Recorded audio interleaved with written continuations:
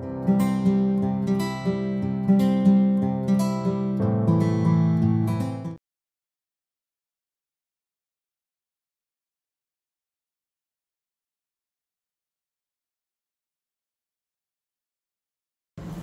प्रेक्षक हो, मी गोपाळ कुलकर्णी माध्यम वृत्तमध्ये आपलं स्वागत करतो। आता आम्ही आलेलो आहोत नाशिक येथे 94व्या अखिल भारतीय मराठी साहित्य संमेलनाची येथे सुरुवात झालेली आहे। अत्यंत आल्हाददायक वातावरण आणि प्रसन्न सकाळी टाळ मृदंगाच्या गजरामध्ये ग्रंथदिंडीला प्रारंभ झालेला आहे। या ग्रंथदिंडीमध्ये स्वागताध्यक्ष छगन भुजबळ यांच्यासह महामंडळाचे इतर पदाधिकारी सहभागी झाले होते। प्रकृती अस्वास्थतेमुळे संमेलनाध्यक्ष डॉक्टर जयंत नारळीकर, माजी संमेलनाध्यक्ष फादर फ्रान्सिस दिब्रेटो, मुख्यमंत्री उद्धव ठाकरे हे या संमेलनाला अनुपस्थित होते। अत्यंत दिमागदार नयनरम्य असा हा उद्घाटनाचा सोहळा होता। ज्येष्ठ गीतकार जावेद अख्तर व पानिपतकार लेखक विश्वास पाटील यांच्या हस्ते दीप प्रज्वलन करून या संमेलनाचे उद्घाटन करण्यात आले। यावेळी महामंडळाचे पदाधिकारी, स्वागताध्यक्ष छगन भुजबळ, खासदार श्रीनिवास पाटील यांच्यासह अनेक महनीय अत्यंत दिमागदार सोहळा नयनरम्य रोषणाई एलईडीच्या साह्याने अत्यंत देखणा हा सोहळा होता। मित्रांनो, आपल्याला विनंती आहे की या व्हिडिओमध्ये आपण शेवटपर्यंत हा व्हिडिओ पाहावा। आपल्याला या उद्घाटनाची आम्ही क्षणचित्रे दाखवणार आहोत। आजपासून आम्ही दररोज एक व्हिडिओ तयार करून संमेलनाबद्दलचा वृत्तांत आपल्यापर्यंत पोहोचवणार आहोत। कारण काय आहे की सगळेच परिसंवाद असतील, सांस्कृतिक कार्यक्रम असतील, मनोरंजनाचे कार्यक्रम, कवी संमेलन किंवा परिसंवाद, मुलाखत, प्रकट मुलाखत आदी आपल्याला घरबसल्या पाहता यावे यासाठी मी प्रत्येक विषयाचा वेगवेगळा व्हिडिओ करून आपल्या समोर येणार आहोत। आपला विनंती आहे की आमचा हा व्हिडिओ आपण जरूर पाहावा।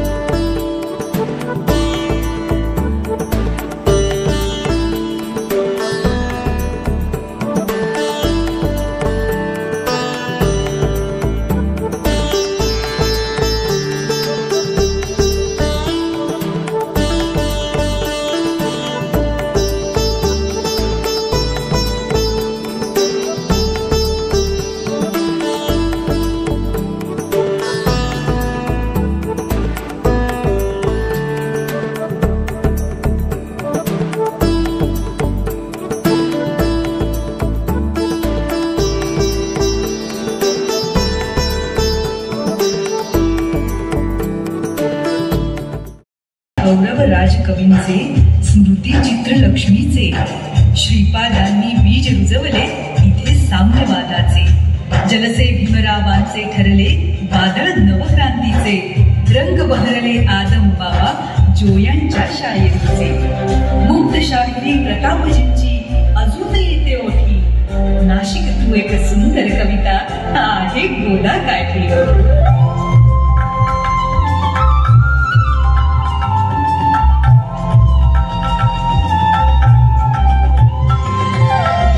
गीत बहरले योगेशाचे गाणे गोपाळाचे। लावणीस लावण्य लाभले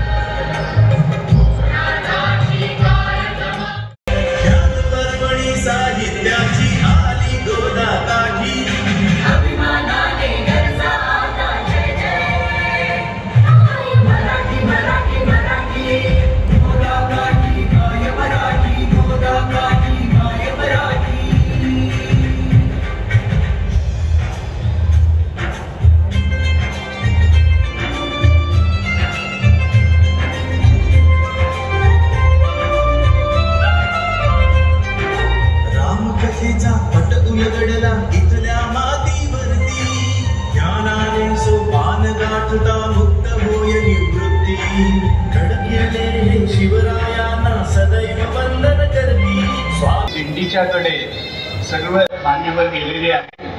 त्या ठिकाणी ग्रंथपूजन होऊन आपण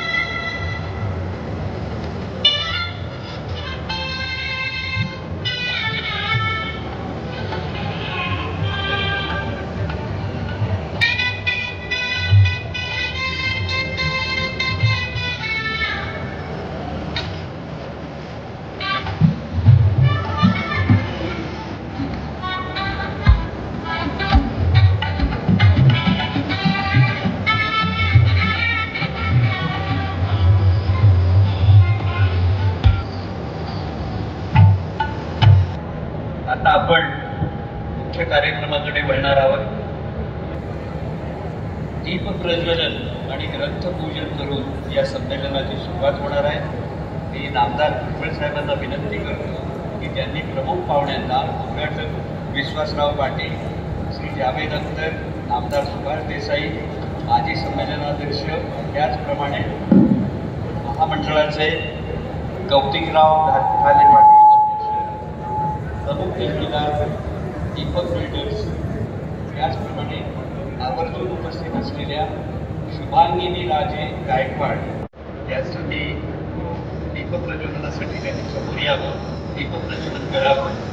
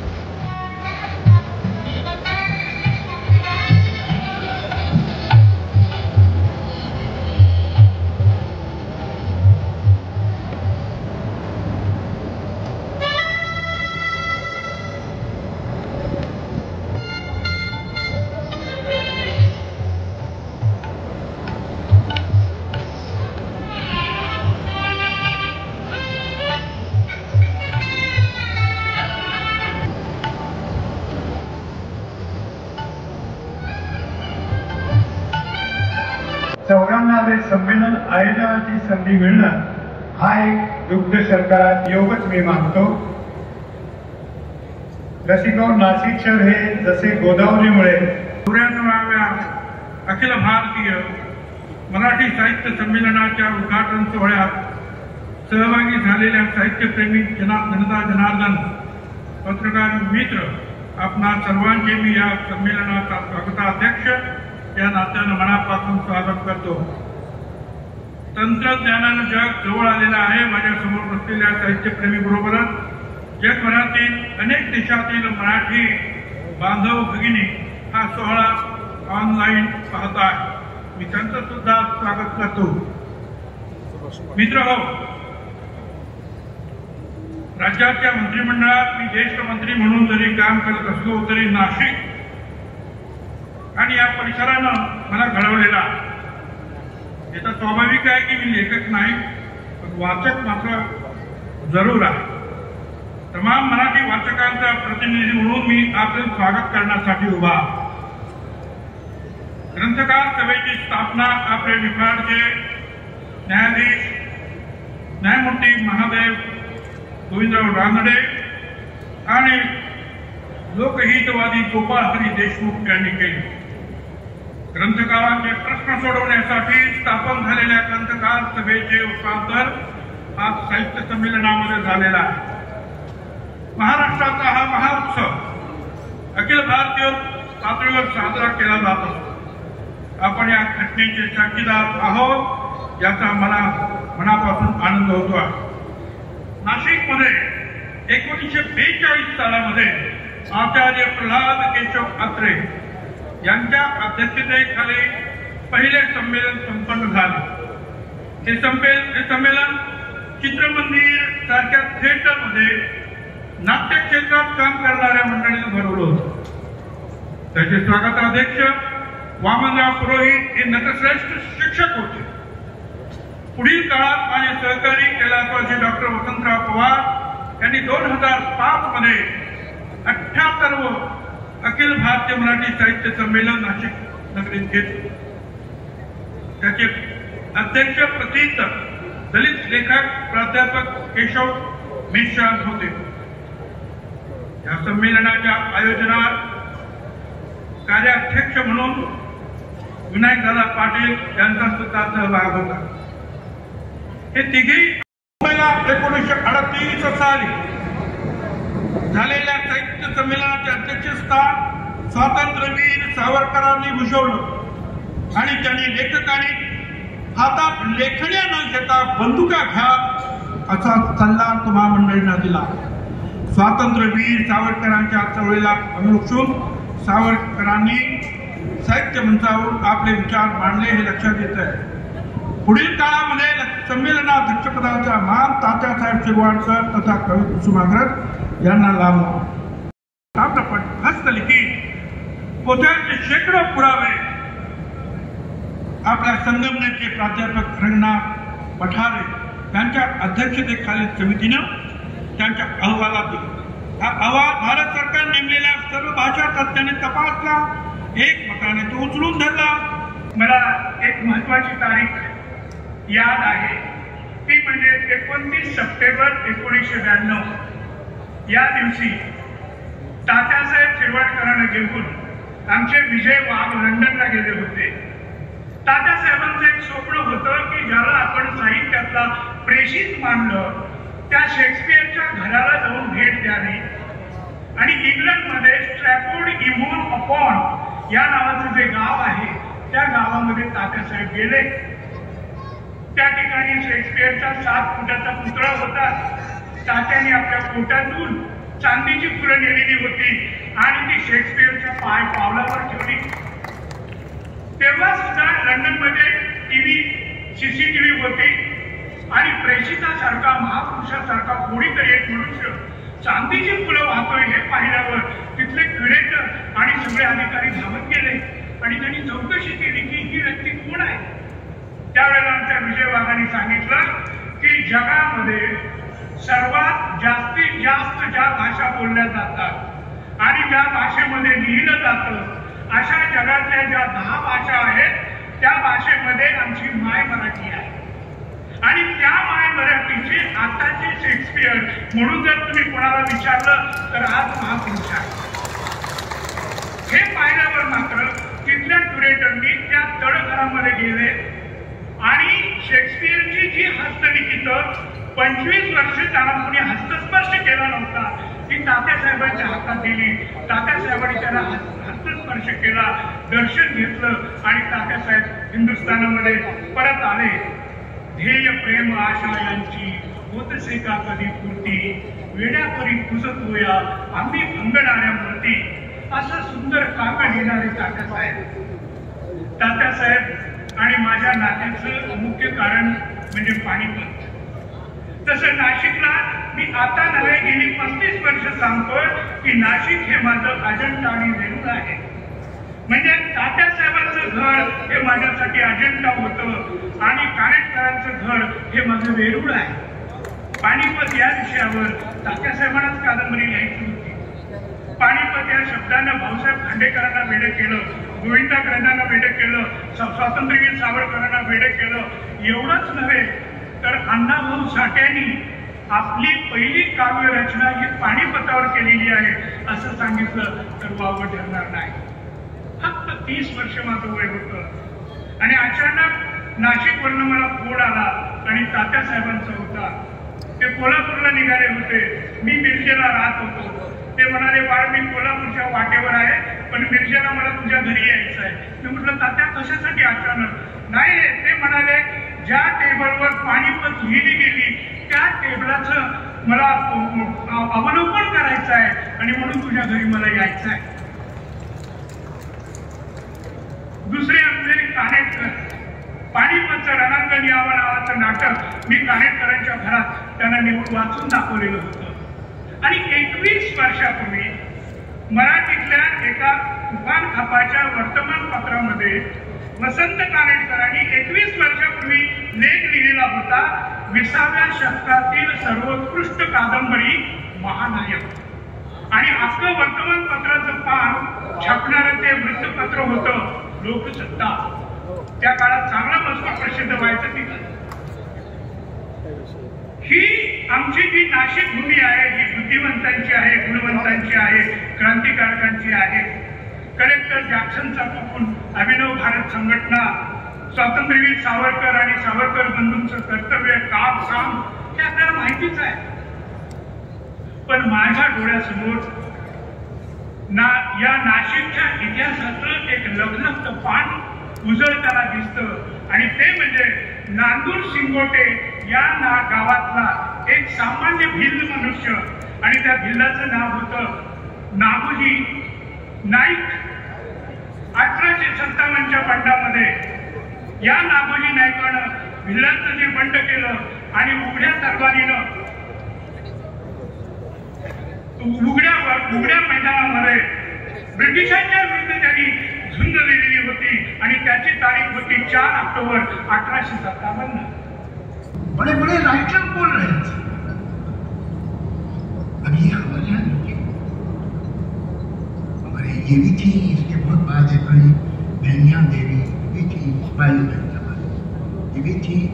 हमारी मीरा तो इतने 400 साल 350-400 साल पहले, लेकिन मुझे ध्यान नहीं है कि 800 बरस पहले सिवाय मराठी के हिंदुस्तान की किसी भाषा में कोई नॉन पोएट्स थी.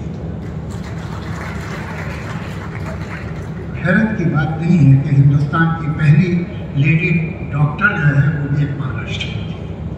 तो कहीं इस जगह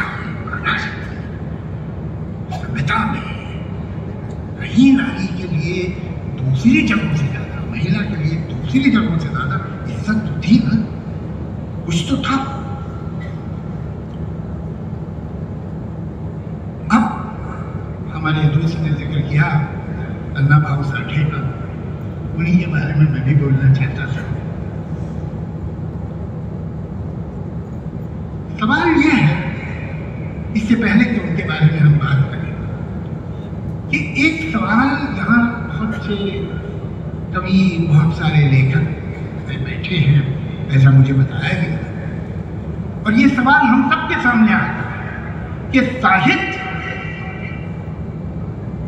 और पॉलिटिक्स, राजनीति का रिश्ता क्या है और कितना गहरा है और है भी कि नहीं, और है तो कैसा है. मुझे कुछ लोग मिलते हैं जो अभी भी बड़े प्यारे प्यारे गीत लिख रहे हैं, बड़ी प्यारी प्यारी कहानियां लिखते हैं. उन्होंने मुझसे कहा कि भाई I am not interested in politics. मैंने उनसे कहा ये तो ऐसे ही है कि जैसे आप कहें मैं पोल्यूशन में इंटरेस्टेड नहीं हूं. अरे आप पोल्यूशन में इंटरेस्टेड हो नहीं हो, सांस तो उसी की ले रहे हैं, वो तो आपके सिस्टम में जा ही रहा है. ये तो ऐसा है जैसे आप बीच नदी में खड़े हैं और पानी पड़ रहा है, गले गले तक आ चुका है, आप कह रहे मैं पानी में इंटरेस्टेड नहीं हूं. अरे तुम इंटरेस्टेड नहीं हो भाई, तो पानी तो बढ़ा, वो तो तुम्हें डुबो भी सकता है. तो फिर क्या साहित्यकार को, कवि को, नॉवेलिस्ट को साहित्य राजनीति में घुस जाना चाहिए, कमिट कर लेना चाहिए अपने आप? वो भी गलत होगा. वो इसलिए गलत होगा कि हर पार्टी विदाउट एक्सेप्शन एक डिसिप्लिन, उनकी अपनी कॉन्स्टिट्यूएंसी होती है. आप ये कह सकते हैं, ये भी कह सकते हैं, ये भी कह सकते हैं, लेकिन ये नहीं कह सकते. ये मत कहना भाई, जरा गड़बड़ होगी, हमें नुकसान होगा. तो कहीं ना कहीं एक बांध. मैं समझता हूँ कि जनतंत्र के लिए जहाँ एक पार्लियामेंट जरूरी है, जहाँ असेंबली जरूरी है, जहाँ पॉलिटिकल पार्टी जरूरी है, जहाँ सत्ताधारी सरकार भी है, जहां ऑपोजिशन भी है, वहीं ऐसे नागरिक भी जरूरी है जो किसी भी बंधन में न हो, जो वो बोल सके जो उनका दिल चाहे, जो वो लिख सके जो उनका दिल चाहे। साहित्यकार को किसी पार्टी का वफादार नहीं होना चाहिए। साहित्यकार को एक संस्कार, एक आदर्श और अपने देश का वफादार होना चाहिए। हम समझते हैं ये सही है, हम बोले, जिसे अच्छा लगे अच्छा लगे, बुरा लगे बुरा लगे। यह आजादी साहित्यकार के पास होनी चाहिए। और सच ये है कि यह आजादी चाहे आम नागरिक हो या कवि हो या लेखक हो, कम होती जा रही है। कलम छिटक गए, जबान लड़खड़ा रही है। शक्ति हमें मिलेगी एकता से। मैं समझता हूँ कि आप लोगों ने इतना बड़ा जलसा किया, बधाई देता हूँ। और एक मेरी व्यक्ति है काम ये थी जो 1936 में हुआ था, जहां हम गए थे। 1936 में एक ऑर्गेनाइजेशन फॉर्म हुई थी जिसका नाम था प्रगतिशील, प्रोग्रेसिव राइटर्स एसोसिएशन। उसका पहला जलसा लखनऊ में हुआ। उसको प्रिसाइड किया मुंशी प्रेमचंद ने। वहां पर मैसेज दी रविंद्रनाथ टैगोर ने। वहां हर भाषा की, मराठी, गुजराती, हिंदी, उर्दू, बंगाली, तमिल, तेलुगु, हर जबान का राइटर था।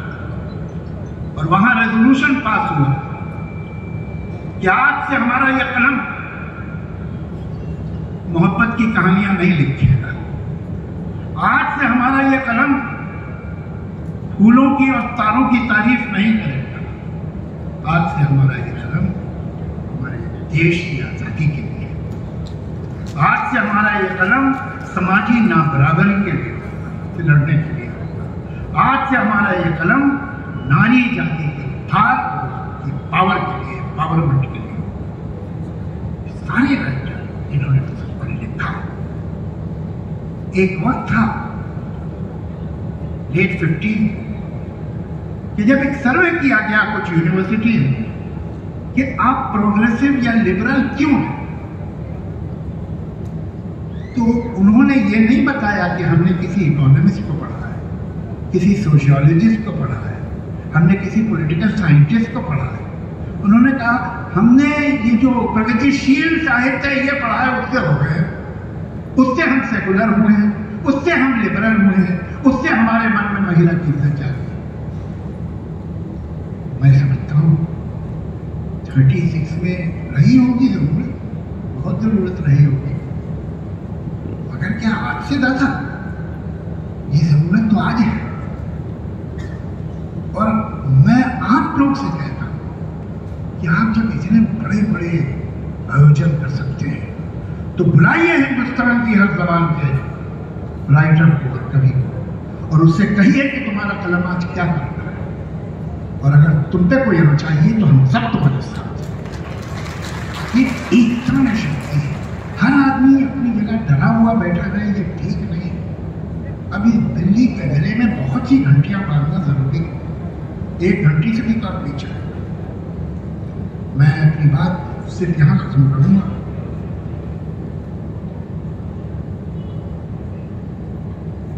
एक शेर जो मैंने ही लिखा है, पहले सुन लीजिए, क्या पता अच्छा नहीं लगे, जल्दी मत कीजिए। जो बात कहते डरते हैं सब, तू वो बात लिख। जो बात कहते डरते हैं सब, तू वो बात लिख। इतनी अंधेरी थी न कभी पहले रात, लिख। आमच्या चॅनलला लाईक, शेअर आणि सबस्क्राईब करावे। मी गोपाळ कुलकर्णी, माध्यम वृत्त। धन्यवाद।